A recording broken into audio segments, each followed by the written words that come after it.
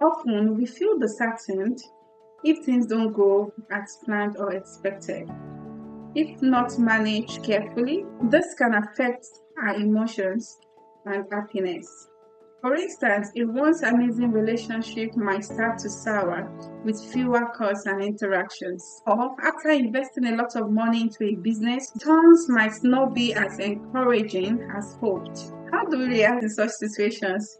It's tough, I know. And that's why I'll be sharing tips on approaching failure with a growth mindset. Approaching failure with a growth mindset. Good day to you wherever you're watching from, and welcome to today's episode of The Tide, where we support each other through challenging times.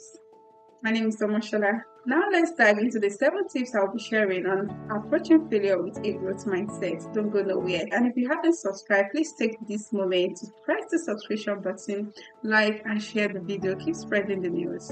Thank you as you do so. Approaching failure with a growth mindset can transform setbacks into valuable learning experiences. Here are some strategies to help you cultivate this mindset. Number 1 strategy is embrace challenges. It's difficult when we see tough situation that we tend to fidget and doubt ourselves. It's possible for us to actually face the challenge. But whether we like it or not, challenges will definitely come our way. But what is our reaction towards it when we see challenges? Do we embrace it or we let it slide? Any challenge you allow to slide will definitely wait for you in the future. So why not embrace that challenge? View challenges as an opportunity to grow rather than obstacles. This shift in perspective can make you more resilient and open to learning.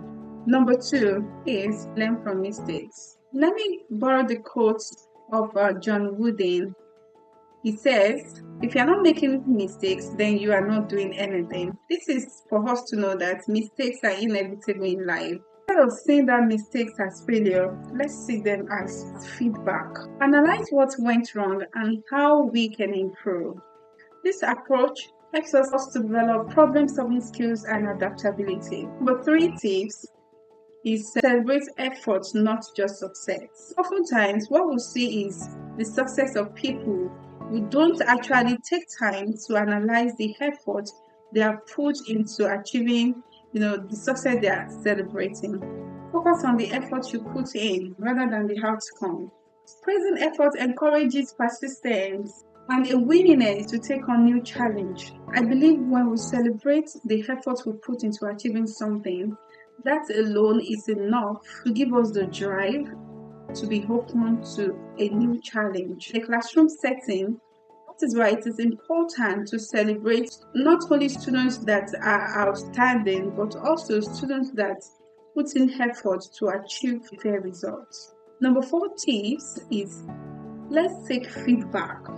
We should seek feedback with an open mind. Sometimes some feedback can be really hurtful, but at the same time, when we critically analyze this feedback, we can pick 1 or 2 things that are nice or that needs improvement. When we genuinely seek feedback, we should seek it with a mind to change, with a mind that wants to improve on that particular thing. Constructive criticism is a powerful tool for growth. Actively seek feedback and use it to improve your skills. Number 5 is to reframe negative self-talk. Sometimes when you look in the mirror, do you see someone who is overwhelmed by their own imperfections? Or oftentimes your thoughts are clouded by the memory of past mistakes? No, you don't have to. You have to refrain from negative self-talk. You are good enough. Take a look at yourself in the mirror. Tell yourself, genuinely, I am good enough. I am beautiful. There is nothing I cannot achieve. Challenge negative thoughts.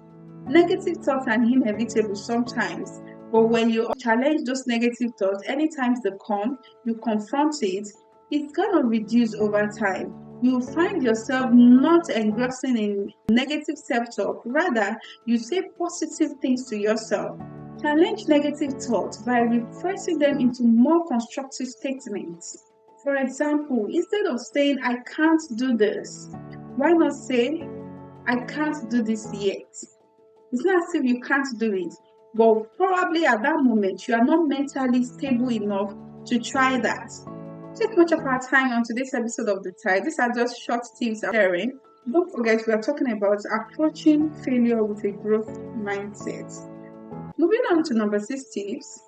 Surround yourself with supportive people. It is very important for you to surround yourself with supportive people. Engage with people who inspire and uplift you. This is something I do not take with levity.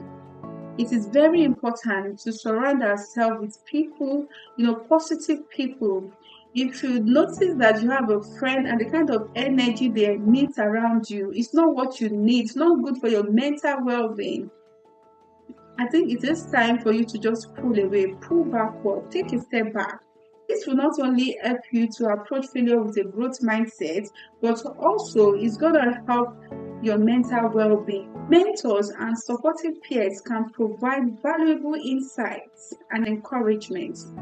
I had a session with a guest on the show on the Tides. If you scroll through the previous video, you will see a video that has this caption, accountability and mentoring on the journey of self-discovery.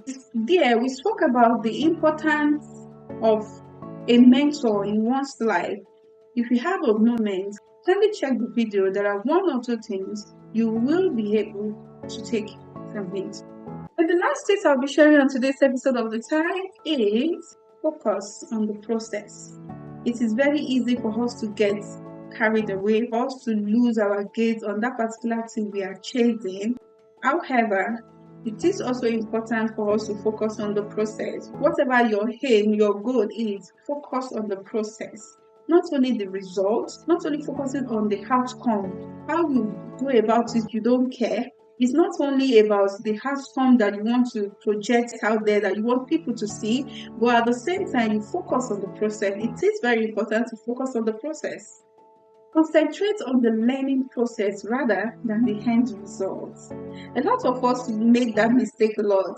We just want to quickly finish, so we don't pay attention to the process. Rather, we are just eager to show off the result, to show off the outcome. No, let's focus on the process. Let's concentrate on the learning process rather than the end results. This helps us to stay motivated and reduces the fear of failure.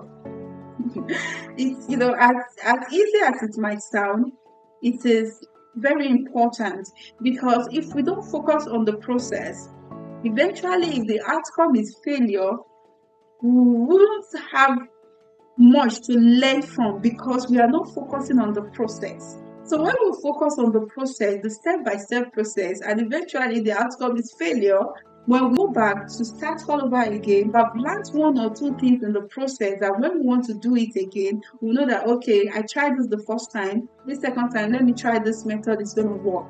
That is why it is very important for us to focus on the process. I've been a victim of this before. I just want to get the result.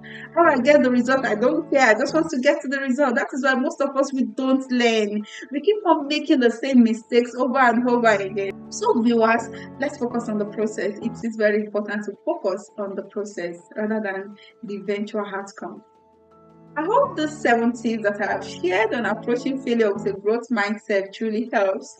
Thank you for staying tuned. Please comment your thoughts. As I'm doing this, I also want to learn from you. Together, let's learn from each other. Let's support each other. And thank you for watching today's episode of The Tides. I'll see you again in my next video. Do have a pleasant day. I remain your host, Omosola. Thank you for watching, and bye.